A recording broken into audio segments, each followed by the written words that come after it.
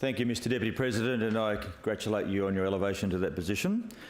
Recently I represented the Treasurer and Minister for Energy, the Honourable Matt Keane, and joined representatives from Transgrid, Taihan and the Metropolitan Local Aboriginal Land Council to mark the completion of the construction of Transgrid's Powering Sydney's Future project at Beaconsfield in Sydney South. Transgrid, in partnership with Taihan, Garda, GE and Zinfra, delivered this vital piece of Sydney energy transmission infrastructure on time and on budget at $220 million. This project involved extensive cabling under light and heavy rail, the Cooks's River, the Sydney Park wetlands, and crossed through several local government areas and followed a 20-kilometre journey along the roadway. This required significant regulatory approval conditions to ensure minimal environmental and social disruption. It's important to note that from the government's perspective, this project involved relatively few issues during construction. I think members would know we hardly heard a boo about this. It was digging and channelling along a 20-kilometre road route, laying 2 huge conduits and a massive cable through our city. This is testament to the capability and capacity of Transgrid and its contractors in effectively planning and managing each stage of the project, as well as a high level of engagement with the directly impacted communities along the route at each stage of construction.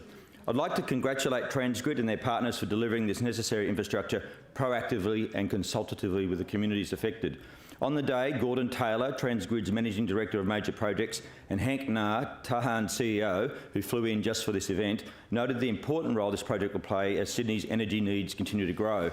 The opening of the $20 million 20-kilometre high-voltage underground cable is an opportunity to remind stakeholders of the New South Wales Government's energy strategy, including critical transmission infrastructure like this project.